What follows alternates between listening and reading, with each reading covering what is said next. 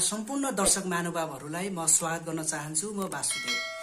आजको कार्यक्रममा हामीसँग अतिथिमा हुनुहुन्छ मंगोलनेस अर्गनाइजेसन 5 नम्बर प्रदेश सभाका सदस्य देव गुरुङज्यू। उहाँसँग समसामयिक विषयदेखि लिएर उहाँको कार्यरत संगठनको आधिकारिक धारणाहरू के छ र डाक्टर गोपाल गुरुङको चाहिँ पृष्ठभूमि के हो, यो संगठनको पृष्ठभूमि के हो सम्बन्धी हामीले छलफल गर्न लागिरहेका छौं। सर्वप्रथम उहाँलाई स्वागत गरौं। स्वागत छ सर। धन्यवाद छ। जय मंगल। यो लकडाउनको समयमा कोभिड-19 को विश्व महामारी चलिरहेको बेलामा आरामै हुनुहुन्छ, ठिकठाक हुनुहुन्छ? हजुर। म सिधै विषयमा केन्द्रित भएर म कुरा गर्न चाहे। डाक्टर गोपाल गुरुङले चाहिँ प्रतिपादन गर्नुभएको मंगोलनेस अर्गनाइजेसन जुन संगठन छ, यो संगठन चाहिँ एउटा विदेशी संगठन हो। किनकि गोपाल गुरुङ नै दार्जिलिङ वासी भएको हुनाले खुद भारतबाट आउने चाहिँ व्यक्तिले नेपालमा बसेको बाहुन छेत्रीलाई चाहिँ विदेशी देख्नु, विदेशी भन्नु भनेको कतिसम्मको औचित्य छ भन्ने कुरा चाहिँ समाजमा धेरै टीका टिप्पणीहरू भइरहेको छ। सामाजिक सञ्जालमा यो टीका टिप्पणीहरू भइरहेको छ। यसलाई तपाईहरूले कसरी हेर्नुहुन्छ? हैन, कृपया तपाईले आफ्नो संगठनको पृष्ठभूमि सहित जोडेर यो कुरालाई चाहिँ प्रस्ताइदिनु होला सर।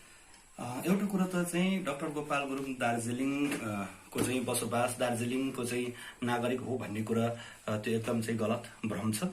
किनभने अब त्यो दार्जिलिङमा चाहिँ जन्मिँदैमा दार्जिलिङ हुने चाहिँ कुरा हुँदैन हैन। नेपालीहरू चाहिँ विदेशमा गएर कोही हङकङ, कोही मलयमा गएर, कोही चाहिँ इन्डियामा गएर जन्मेको हुन्छ, तर उसको चाहिँ ऊ नागरिक चाहिँ नेपाली हुन्छ। किनभने त्यो ठाउँमा चाहिँ जन्मिँदैमा त्यहाँको चाहिँ नागरिक हुने, विदेशी हुने भन्ने कुरा हुँदैन। डाक्टर गोपाल गुरुङको चाहिँ पृष्ठभूमि र उसको चाहिँ डाक्टर गोपाल गुरुङको इतिहास हेर्नु पर्यो हैन। कहाँ जन्मेको, उहाँको चाहिँ पुर्खाहरू कहाँबाट कसरी आयो भन्ने कुरालाई चाहिँ केलाउनु पर्छ, अध्ययन गर्नुपर्छ। जस्तै अब एकजना चाहिँ महिला, गर्भवती महिला जंगलमा घाँस दाउरा गर्न जाँदाखेरि बच्चा चाहिँ मानम जंगलमा जन्मियो भने त्यो बच्चालाई चाहिँ जंगली भन्ने त त्यो भन्न मिल्दैन। उसको चाहिँ इतिहास के हो, पृष्ठभूमि के हो, अब त्यो कुराहरू चाहिँ हामीले चाहिँ ख्याल गर्नुपर्छ हैन। त्यो आरोप लगाउने कुरा त चाहिँ त्यो छँदै छ हैन।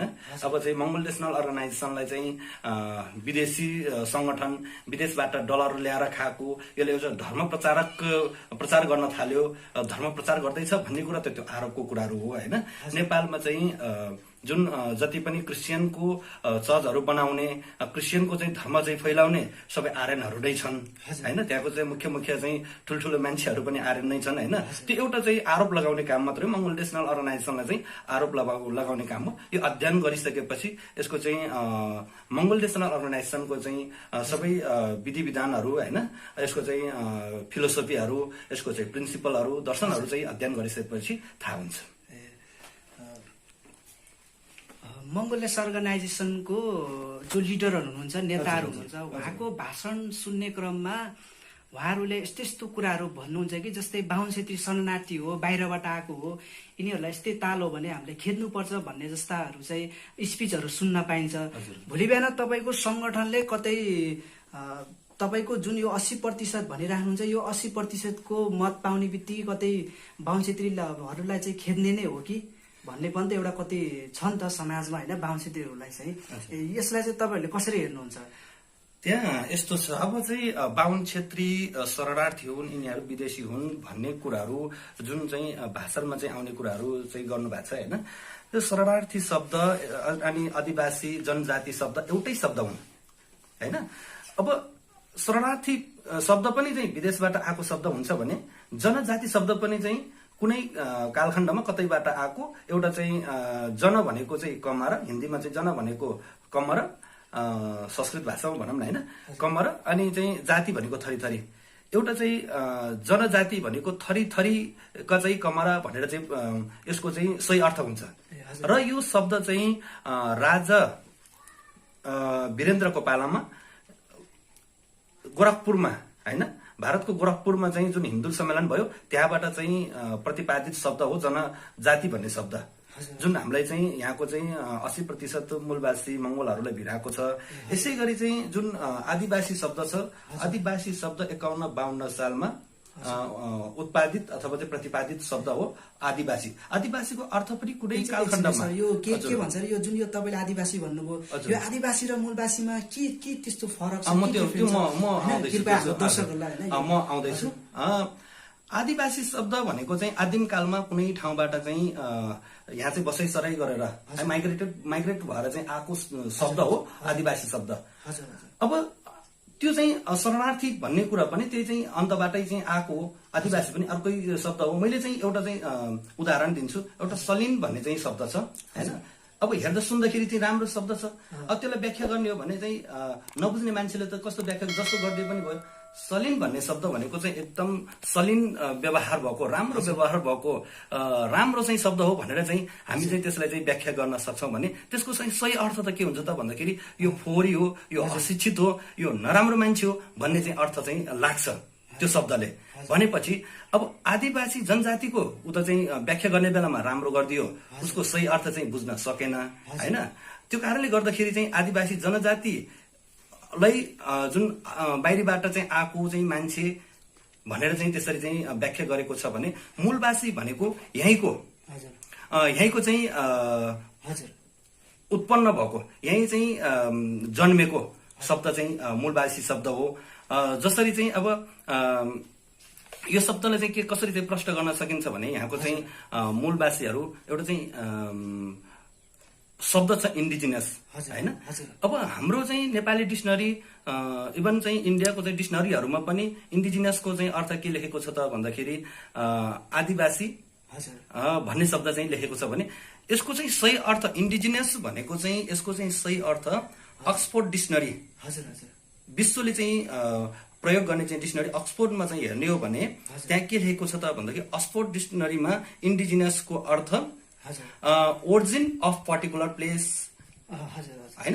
जुन ठाउँमा चाहिँ उत्पत्ति भएको त्यो ठाउँको जीव अथवा चाहिँ जन्तुलाई चाहिँ इन्डिजिनियस भनिन्छ भनेर चाहिँ त्यो कुरालाई चाहिँ व्याख्या गरेको छ। नेपालको डिक्सनरीमा आदिवासी लेखिएको छ। त्यो कारणले गर्दाखेरि हाम्रो मान्छेहरू चाहिँ झुकिराखेको चाहिँ अवस्था छ हैन।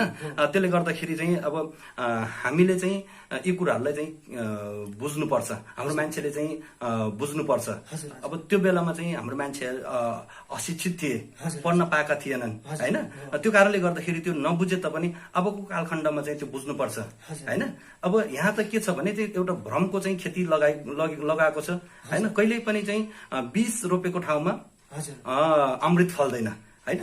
अनि असत्य कुरोलाई चाहिँ सत्य बनाउन थाल्यो भने त्यो कहिल्यै पनि चाहिँ त्यो न चाहिँ देश बन्छ न चाहिँ समाज बन्छ हैन। त्यो कारणले गर्दाखेरि चाहिँ सत्य कुरा चाहिँ तितो हुन्छ हैन।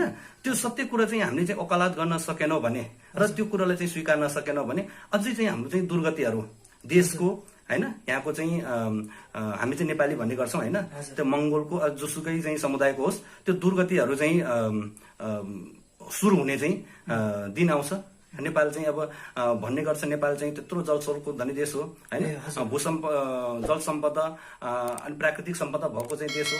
तर चाहिँ विश्वको सूचीमा चाहिँ किन चाहिँ गरिब देशमा सूचीकृत किन भइरहेको छ त? यिनै जुन चाहिँ हाम्रो जुन गोरेटो छ, हिँड्ने बाटो छ, त्यो उल्टो देखाइएको छ हैन। त्यो कारणले गर्दाखेरि जुन चाहिँ हामीले चाहिँ नबुझ्दाखेरिसम्म त्यो आदिवासी पनि हामी स्वीकार्यौं, जनजाति पनि स्वीकार्यौं। अब चाहिँ बुझिसकेपछि चाहिँ त्यो स्वीकार्नु हुँदैन भन्ने कुरा हो। अब आदिवासी जनजाति चाहिँ अब त्यो बेलामा हाम्रो पुर्खाहरूले चाहिँ पढ्न पाएन, हाम्रो पुर्खाहरूले चाहिँ लेख्न पाएन हैन। अब पहिला त चाहिँ अब विभिन्न धार्मिक पुस्तकहरूले चाहिँ हाम्रो प्रतिबन्ध लगायो, त्यसपछि कानुनले नै प्रतिबन्ध लगायो हैन। हाम्रो मान्छे बोल्न सकेनन्, हाम्रो मान्छेले लेख्न पढ्न पाएन हैन। म अलिकति थोरै कुरा के जानकारी गराउँ भने यसै सन्दर्भमा हैन, यो जुन आदिवासी जनजाति जस्तै सुन्नु न, यो आदिवासी जनजाति अनि फेरि यो मूलवासी मङ्गोल, यो तपाईहरुले आदिवासी जनजातिबाट इन्स्पायर भएर चाहिँ मूलवासी मङ्गोल निकाल्नु भएको कि मूलवासी मङ्गोलबाट इन्स्पायर भएर आदिवासी जनजाति? यस्तो छ, यहाँ त चाहिँ मैले कुरालाई प्रश्न पार्दैछु। जुन हाम्रो मान्छेले चाहिँ ढाक्ने काम भयो, छल्ने काम भयो हैन, आदिवासी जनजाति बनाएर चाहिँ ढाक्ने छल्ने काम भएको छ हैन। त्यो कारण त्यो चाहिँ के छ त भन्दाखेरि जुन हाम्रो मान्छेलाई चाहिँ अज्ञानमा राखेर हैन, भोलि कालान्तरमा चाहिँ यहाँको चाहिँ आर्यनहरू यहाँको मूलवासी भएर चाहिँ बस्ने, जुन चाहिँ महाभारत कालदेखि नै आर्यनहरू चाहिँ आर्यन हुँदै आइरहेको छ। हाम्रो मान्छेलाई चाहिँ कुनै कालखण्डमा चाहिँ किराँती भनेर चाहिँ किरा फटाङ्ग्रा खाने जस्तो नामकरण चाहिँ गरियो हैन। पञ्चायत कालमा चाहिँ मतौली भनेर चाहिँ राखियो। 2046 सालमा 46 साल पछाडि आएको हो यो जनजाति भन्ने शब्द। 2046 साल पछाडि जनजाति बनायो हैन। 2051-52 सालमा चाहिँ आदिवासी बनाइयो।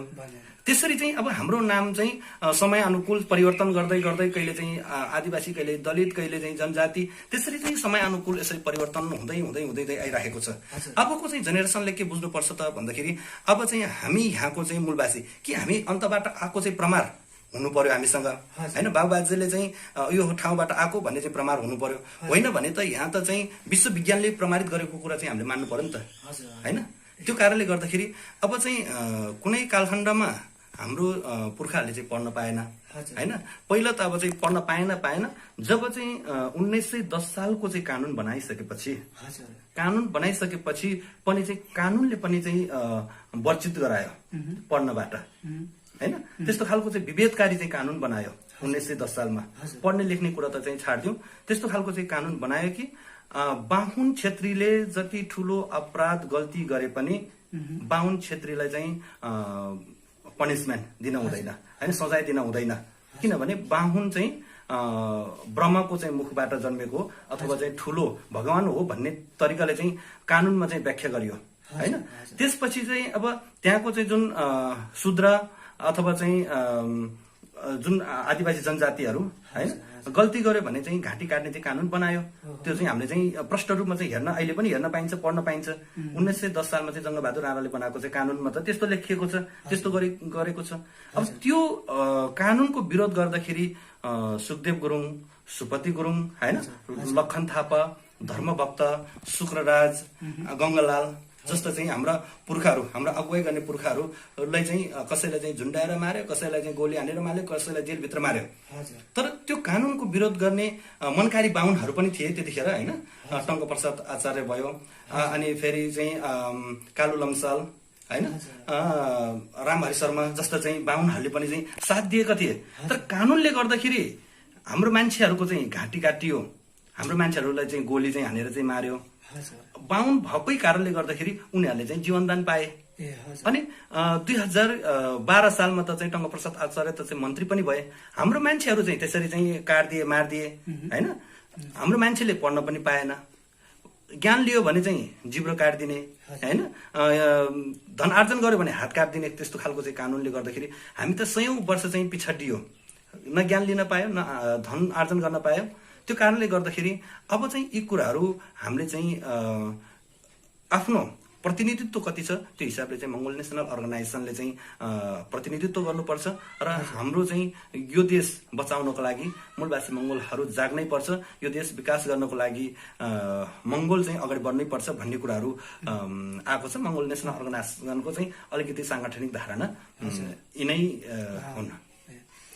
मङ्गोल नेसनल अर्गनाइजेसनले जसरी यो तपाईँले भन्नुभएको छ होइन, आदिवासी जनजाति, दलित, मधेसी, मुस्लिम यी सबै चाहिँ मङ्गोल हो होइन। जसरी तपाईँहरूले भन्नुहुन्छ गुरुङ, मगर, राई, लिम्बू, कोचेमेची, धिमाल, बाहुन क्षेत्रीलाई छुट्याएर बाँकी सबै चाहिँ मङ्गोल हो, यो देशको मूलवासी हो भन्दै गर्दा ठिक छ भन्नुहोस् तपाईँहरूले। तर बाहुन क्षेत्रीलाई चाहिँ तपाईँहरूले जसरी कराउनुहुन्छ, तपाईँको यो कराइले त देशमा जातीय द्वन्द्व निम्ताउन खोज्ने होइन, हिन्दू धर्ममाथि यसरी प्रहार गर्नु भएको छ कि धार्मिक द्वन्द्व निम्ताउन खोज्ने के हो? यो तपाईँहरूको सङ्गठनको यो धारणा के हो? तपाईँहरूको नेताहरूको धारणा के हो? यो प्रस्ट्याउनु होला कृपया हाम्रो दर्शकहरूलाई। यसमा के छ भने एउटा कुरा त चाहिँ हामीले बुझ्नुपर्ने के छ भने तपाईँले चाहिँ गर्नुभयो जुन जात जातिको कुराहरू। मङ्गोल नेसनल अर्गनाइजेसनभित्र चाहिँ जात भन्ने चाहिँ हुँदैन, एउटा रेस हुन्छ होइन। रेसको कुरा चाहिँ मङ्गोल नेसनल अर्गनाइजेसनले चाहिँ गरेको छ। कास्ट त चाहिँ ओन्ली चाहिँ हिन्दूमा मात्रै होइन। अक्सफोर्ड डिक्सनरीमा हेर्ने हो भने पनि कास्ट भनेको चाहिँ हिन्दूमा मात्रै, कास्ट इज ओन्ली हिन्दुजम भनेर चाहिँ लेखिएको छ। मङ्गोल नेसनल अर्गनाइजेसनले चाहिँ यो जात जाति मान्दैन, एउटा रेस हो होइन। आर्यन रेस र मङ्गोल रेस, नेपालमा चाहिँ दुईटा रेसको चाहिँ समुदाय बस्छ र आर्यनले चाहिँ अस्तित्व प्राप्त गरिसकेको छ होइन। संविधानमा चाहिँ खस आर्य भनेर उनीहरूले चाहिँ अस्तित्व चाहिँ प्राप्त गरिसकेको छ। मङ्गोलले आफ्नो अस्तित्व चाहिँ प्राप्त गरेको छैन, त्यो कुरा चाहिँ प्रष्ट हुनु पर्यो। र मङ्गोल आफ्नो अस्तित्वको लागि लडिराखेको चाहिँ अवस्था हो एउटा कुरा।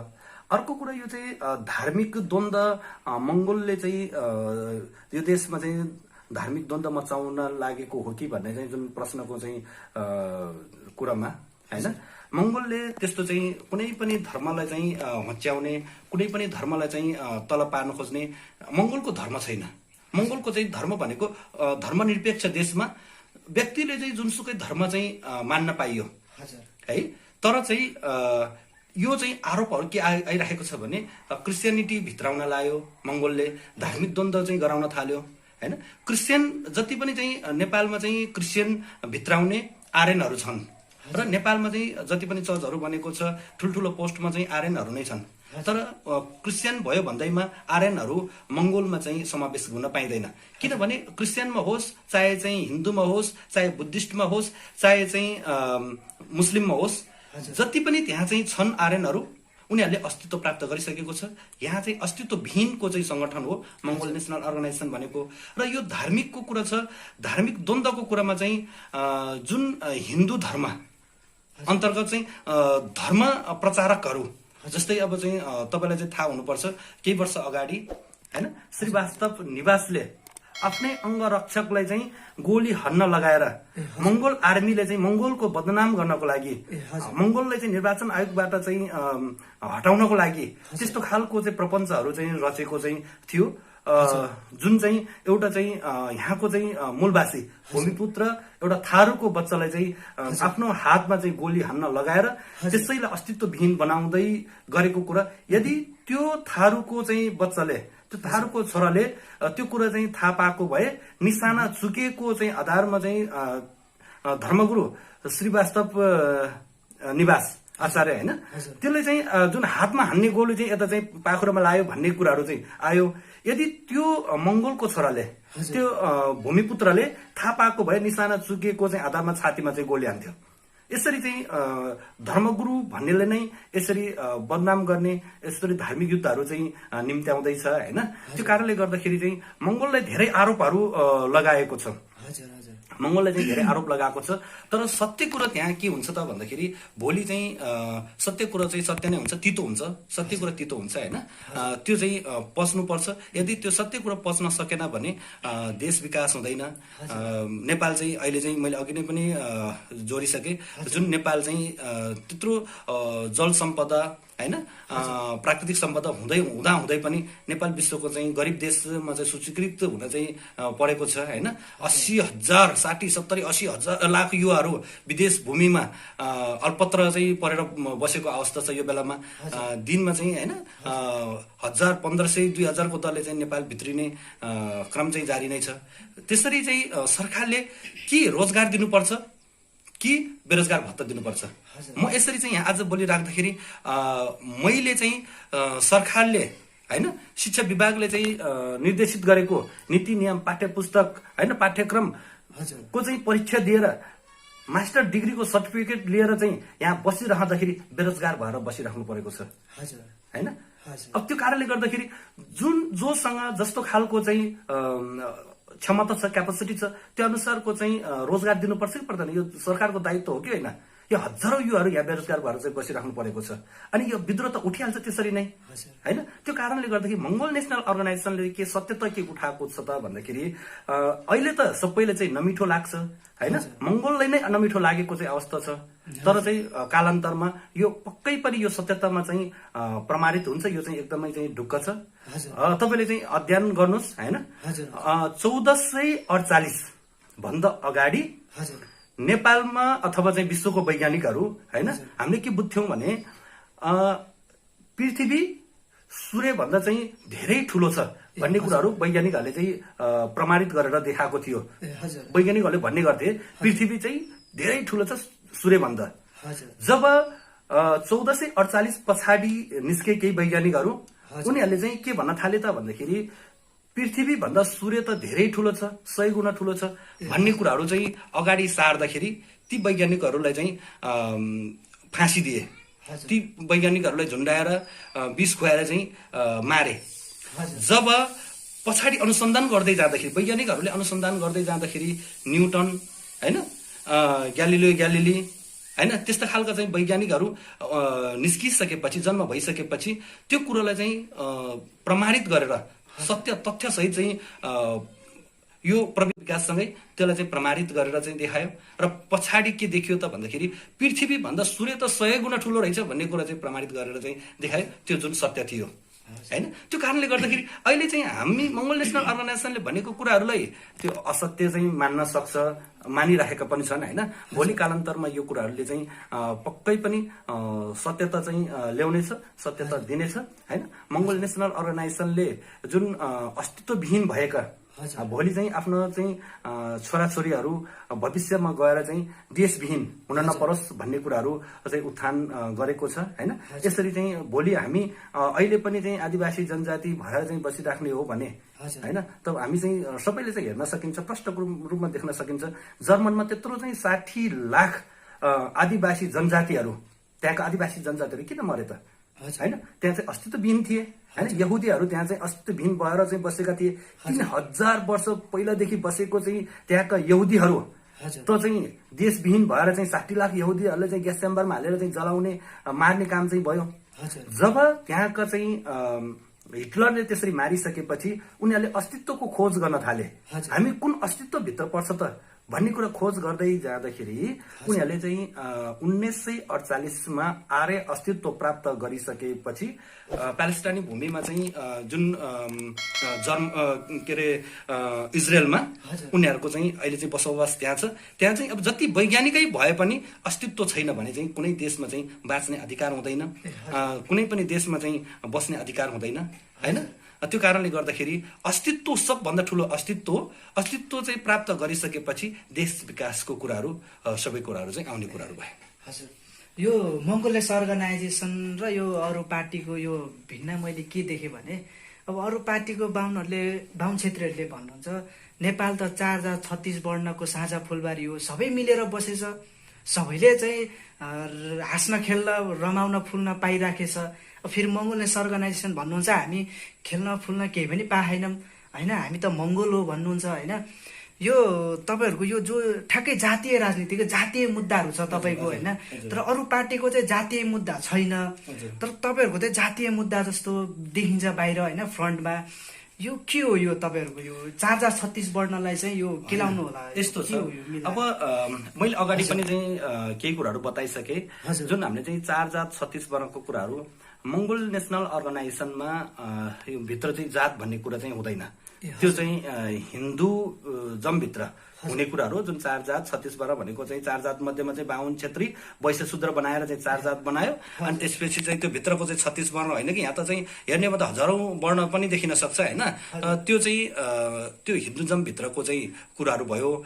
मङ्गोलले चाहिँ के देख्छ भने नेपालमा चाहिँ 2टा वर्णका मात्रै मान्छेहरू छन्। यहाँ मैले अघि पनि भनिसकेँ, मङ्गोल वर्ण र आर्य वर्ण होइन। नाक थेप्चे आँखा चिम्से अस्तित्व चाहिँ बोकेका र आर्यन अस्तित्व बोकेका चाहिँ दुईवटा समुदाय मात्रै यहाँ छन् भन्ने कुरा चाहिँ यो कुराहरू चाहिँ आयो होइन। अनि त्यस पछाडि चाहिँ अब मङ्गोलको कुराहरू उत्पत्तिको कुराहरू हुन्छ, विश्वविज्ञानले चाहिँ प्रमाणित गरेको कुराहरूलाई हामीले चाहिँ मान्ने हो होइन। र यहाँ चाहिँ मङ्गोलहरू कहिलेदेखि बस्न थाले भन्ने कुरा चाहिँ विज्ञानले प्रमाणित गरिसकेको कुरा छ। र यहाँका चाहिँ मूलवासीहरू को हुन् त भन्ने कुरा त चाहिँ हामीले भन्नुभन्दा पनि त्यो कुरा त चाहिँ मङ्गोल नेसनल अर्गनाइजेसनले त चाहिँ भन्दै आइरहेको कुराहरू भयो होइन। तपाईँले चाहिँ म एउटा चाहिँ स्मरण गराउँ, राममणि दीक्षित भनेको चाहिँ सबैलाई शिक्षा दीक्षा दिने एउटा चाहिँ पण्डित जस्तो होइन।